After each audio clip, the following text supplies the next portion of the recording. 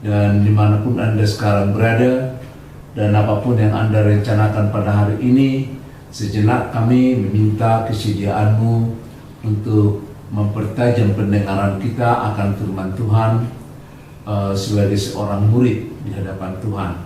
Dari Yesaya 50 ayat yang keempat mengingatkan kita supaya senantiasa mempertajam pendengaran kita akan firman Tuhan, sehingga kita dapat membedakan yang mana suara Tuhan, yang mana suara keinginan daging, yang mana suara dunia ini, bahkan yang mana suara iblis. Untuk membedakan itu dibutuhkan pelatihan secara pribadi, secara khusus dengan Tuhan, dengan mendengarkan suaranya. Karena suara Tuhan itu sangat lembut, sehingga susah untuk membedakannya. Seringkali tertimpa dengan suara hiruk-pikuk, hingar-bingar yang menuntut perhatian dan lain sebagainya, sehingga kehendak keinginan Tuhan seringkali menjadi kabur dalam hidup kita. Sapaan rohani ini di samping belajar dengan firman Tuhan adalah juga belajar mempertajam pendengaran kita sebagai seorang anak Tuhan atau sebagai seorang murid. Saudara-saudara kekasih Yesus Kristus, kita semakin meninggalkan PSBB. Tidak mengatakan bahwa COVID-19 sudah berakhir, persoalannya bukan. Tetapi kita mulai hidup berdampingan. Di samping kejahatan COVID-19, kita dituntut untuk berdoa senantiasa. Kedua, kita juga dituntut untuk membangun norma yang baru dalam hidup kita yang sudah diterapkan selama 3 bulan ini.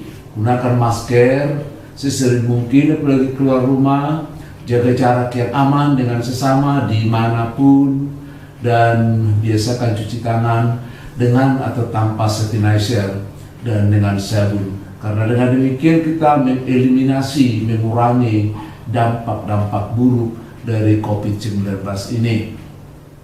Sapaan rohani kita hari ini, sebagaimana pernah saya tulis untuk wilayah dari Ibrani 2 ayat yang ke-9 sampai 18, di sana menyangkut Yesus menjadi imam besar bagi kita. Harapan kami bahwa saudara telah berdoa sebelumnya, dan juga kami yakin kalau Ibrani 2 ayat 9 sampai ayat yang ke-16 sudah dibaca, sehingga kita memiliki atau mampu mengikuti cerita ini, akan kami coba membaca dengan sederhana. Dari Ibrani 2 ayat 9 sampai 18 ini kami ceritakan demikian, bahwa suatu kebenaran yang luar biasa ketika firman Allah itu yang sejak semula telah digunakan, telah bekerja untuk menciptakan segala sesuatu, sebagaimana terdapat terbaca dalam Ibrani pasal yang pertama ayat yang kedua. Maka di sana juga kita melihat mulai dari ayat yang ke-14 bahwa firman yang menjadi manusia itu ternyata mau mengalami perjalanan yang baru, yakni menjadi manusia. Bukan hanya menjadi manusia, dia datang juga menjadi manusia adalah untuk mengalami maut, supaya sama seperti manusia. Kenapa sih harus menjadi sama seperti manusia? Karena manusia yang berdosa itu harus ditebus oleh manusia, sehingga manusia yang akan menebus adalah manusia yang bebas dari dosa. Jangan dong manusia berdosa menebus yang berdosa, kan nggak mungkin. Kalau saudara aku punya utang, nggak mungkin kan aku membayarnya kalau aku masih punya utang, kan nggak logika itu, dan itu nggak ada jalannya. Tapi kalau saudara aku punya utang, aku tidak punya utang lagi, aku punya kesempatan untuk membantunya. Demikian juga Tuhan dengan manusia. Dia lihat bahwa semua manusia telah berbuat dosa, tidak ada satupun yang bisa melepaskannya. Maka Allah firman-Nya itu mau menjadi manusia, meninggalkan keallahannya. Kalau kita lihat di Filipi 5 ayat yang kedua dan selanjutnya, kita lihat bagaimana dia mengosongkan diri menjadi seorang hamba. Dalam kematiannya, dalam kebangkitannya, dia juga jadi memusnahkan iblis dan maut. Lihat ayat yang ke-14 itu, ya. Jadi iblis dan maut yang menjadi penguasa selama ini dipatahkan kekuatannya, sehingga dia membebaskan orang yang selalu memiliki rasa ketakutan seumur hidup soal kematian. Anda takut mati? Pasti. Karena siapapun yang semakin jauh dari Tuhan pasti akan semakin takut untuk mati. Karena takutnya untuk mati, maka dia selalu membuat pertahanan-pertahanan diri sendiri. Karena takut dia mati, maka dia bikin pisau di pinggangnya. Kadang-kadang berguru sama dukun, dia mendapat kekuatan dan lain-lain. Itu karena takut semua. Karena takut. Bukan karena berani. Maka akan kita lihat orang-orang seperti dari pengecut-pengecut yang luar biasa, yang tidak mau mempercayai Tuhan. Anda terlibat dalam hal itu, mari kita merenung. Mari kita membuat yang terbaik. Bahkan Allah juga ketika dia menjadi manusia, firman-Nya menjadi manusia, dia lebih mengasihi manusia daripada malaikat. Padahal kita kan sangat menghormati malaikat ya. Tapi ternyata Allah di ayat yang ke-16 lebih menghargai manusia daripada malaikat itu. Dia rela mati untuk manusia. Pernah nggak Tuhan mati untuk malaikat? Kan nggak pernah. Artinya bahwa kita jauh lebih berharga, bahwa kita jauh lebih diperhitungkan. Kenapa sih kok demikian? Karena kita sudah diciptakan segambar dengan rupa Dia, dan kita akan sama dengan Dia. Apa yang dijanjikan Tuhan kan nggak pernah gagal. Kalaupun gagal dibuat oleh manusia, walaupun gagal dibuat oleh iblis, tapi Tuhan akan melakukan dengan caranya sendiri. Maka Dia datang memperbarui, bukan memperbarui hanya fisik kita, tapi memperbarui kerohanian kita supaya kita menjadi semakin serupa dengan Dia. Ya. Dan untuk manusia Dia rela mati. Dia rela mati. Kenapa? Karena Dia menjadi korban yang menjadi kurban persembahan kepada Allah. Itu sebabnya sekarang Dia duduk di sebelah kanan Allah Bapa. Ya, Dia menjadi imam besar. Ya, imam kan selalu mengantarkan persembahan ke bait Allah dari warga jemaat. Kali ini imam besar adalah imam yang mengalami kemanusiaan kita, yang mengalami kegelisahan kita. Sekarang Dia mewakili kita di hadapan Bapa untuk menyatakan siapa kita sesungguhnya. Maka siapa yang datang atas nama Dia, nah itu yang akan diterima menjadi anak-anak Allah. Itu sebabnya dikatakan, akulah jalan dan kebenaran. Tak seorang pun yang datang kepada Bapa kalau tidak melalui Aku. Yohanes 14 ayat yang ke-6. Saudara-saudara, pelanggaran yang dilakukan Adam dan Hawa di Taman Eden ternyata tidak berakhir hanya dengan kutukan. Ternyata tidak berakhir hanya karena mereka diusir dari taman itu, persoalan selesai. Bukan demikian. Tetapi kutuk yang dikenakan kepada Adam dan Hawa, kutuk yang dikenakan kepada bumi ini, dosa yang menguasai mereka dan iblis menguasai, adalah juga menguasai seluruh manusia yang ada di muka bumi ini. Oleh satu orang yang berdosa, maka semua orang menjadi berdosa terhadap Allah, dan semua orang akan menuju kematian, karena kematian itu menjalar ya dari satu orang kepada semua orang lain. Aku minta Anda catat Roma 5 ayat yang ke-12, karena ini sangat sulit dipahami oleh saudara-saudara kita orang Tapanuli, khususnya masih ada di Bonani Pasugi, bahwa mereka sering kali mengatakan, jadi kalau anak-anak yang baru lahir itu yang mati kemudian itu kan belum berdosa, masuk surga dong gitu ya. Ya enggak lah, kan semua manusia telah terkutuk. Semua manusia telah ada di dalam lingkungan dosa. Anak yang lahir yang ada dalam kandungan juga sudah dikandung di dalam dosa. Ya, jadi nggak ada yang lepas. Satu pun nggak ada. Karena demikianlah dosa itu menjalar kepada semua manusia. Jadi menjalar dia. Manusia bukan kematian itu, dosa itu, kematian tidak datang, tidak diciptakan bersamaan dengan manusia. Kematian itu kan datang kemudian karena pelanggaran, karena dosa itu. Itu sebabnya dikatakan tidak ada yang melepaskan diri satupun dari cengkraman maut. Maka maut itu berkuasa sebagai raja di raja. Kenapa? Karena setiap manusia akan mati, dan tidak akan ada yang bisa melepaskan dari maut itu. Semua dalam cengkramannya, ya, semua. Karena yang bisa mengalahkan maut, yang bisa mengalahkan iblis itu hanya satu, Allah sendiri. Maka itu sebabnya ketika Allah membangun bangsa Israel, memberikan firman-Nya, supaya firman-Nya itu, supaya rohnya itu ada di tengah-tengah bangsa Israel, sehingga bangsa Israel memiliki kemampuan untuk menengking, mengusir, hidup di dalam Allah. Jadi tidak ada yang dapat melepaskan manusia dari cengkraman dosa. Jangan ada pernah coba-coba mengatakan karena perbuatan baik. Enggak. Kita diselamatkan bukan karena perbuatan baik kita, juga bukan karena persembahan kita, bukan. Sebesar apapun persembahan tidak akan mengurangi dosa kita, karena dosa nggak bisa dikurangi, hanya bisa diampuni oleh kematian Yesus Kristus. Dosa nggak bisa dikurangi. Ya, dosa kita nggak berkurang dengan persembahan.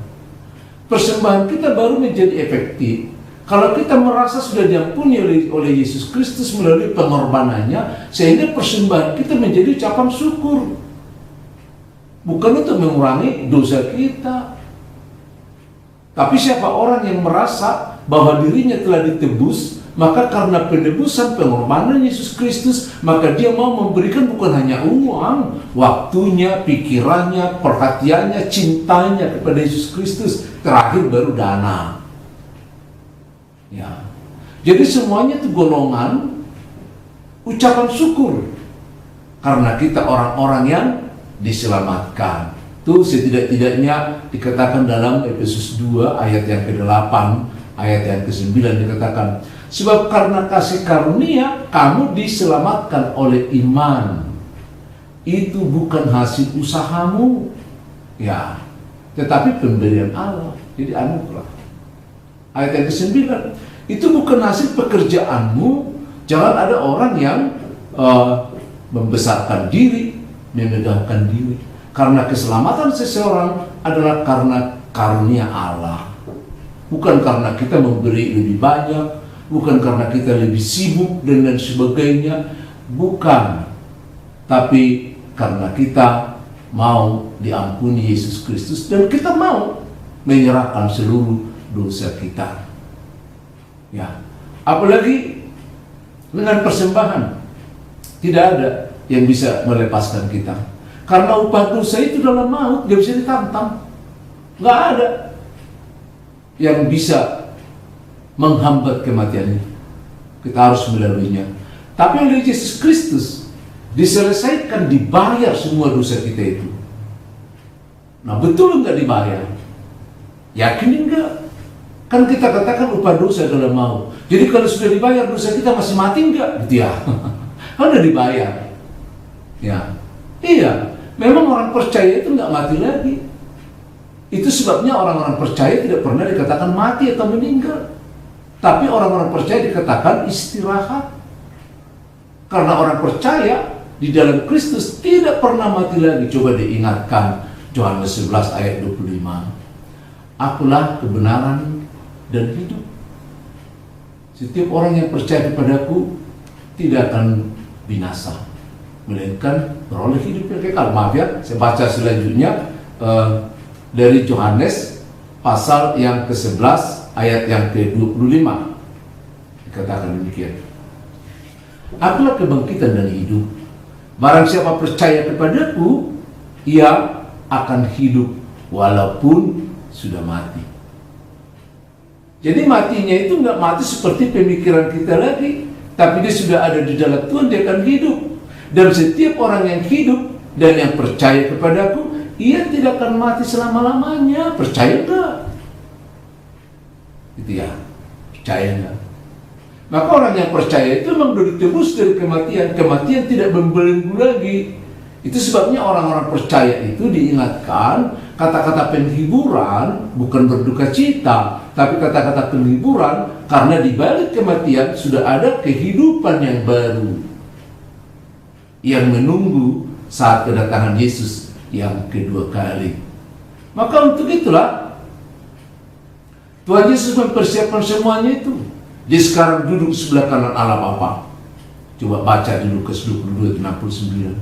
Dia ada di sebelah kanan Allah Bapa. Dia menjadi imam. Dia bersama-sama dengan Bapa. Dia melihat segala sesuatu yang terjadi di kolong langit ini. Itu yang kita lihat kalau mau baca di Wahyu pasal yang kedua, ayat yang pertama dengan 7 jemaat waktu itu. Diperhatikan satu persatu apa yang mereka lakukan. Memperlakukan mereka yang setia dipuji, tapi kelalaian mereka diingatkan supaya mereka bertobat. Jadi Allah dengan Yesus Kristus melihat semuanya sambil mempersiapkan semua yang akan dia lakukan di bumi ini sampai kedatangan yang kedua. Sekarang kita dilihat. Jadi terbuka semuanya. Tidak ada yang tersembunyi di hadapan Tuhan. Ada. Karena rohnya bekerja melihat bersama-sama dengan. Maka kita renungkan. Kebangkitan Yesus menebus kita dari kematian. Sekarang dia duduk di sebelah kanan Allah Bapa menjadi imam. Imam tidak seperti imam-imam bangsa Israel. Mereka hanya dikuduskan lalu datang ke bait Allah. Tapi imam yang satu ini, Yesus Kristus ini, sebenarnya namanya ada 3 yang besar-besar. Dia sebagai raja, dia sebagai imam, dia juga sebagai nabi. Ya. Jadi sebagai imam, dia mempertaruhkan dirinya berkorban untuk kita supaya melalui dia kita bisa diselamatkan. Siapa yang ada dalam buku catatannya yang percaya dengan dia, siapa yang tertulis dalam catatannya orang percaya kepada dia, karena dikatakan di Yohanes 14 ayat yang ke-6, tanpa saya, kalau tidak melalui saya, ada yang sampai.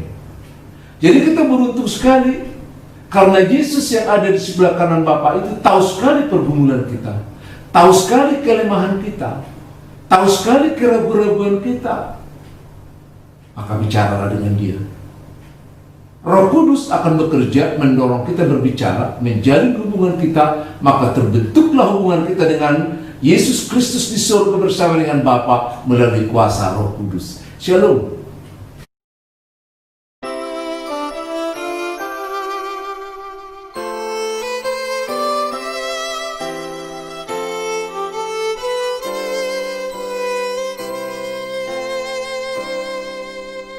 Carilah dulu kerajaan Allah dan kebenarannya,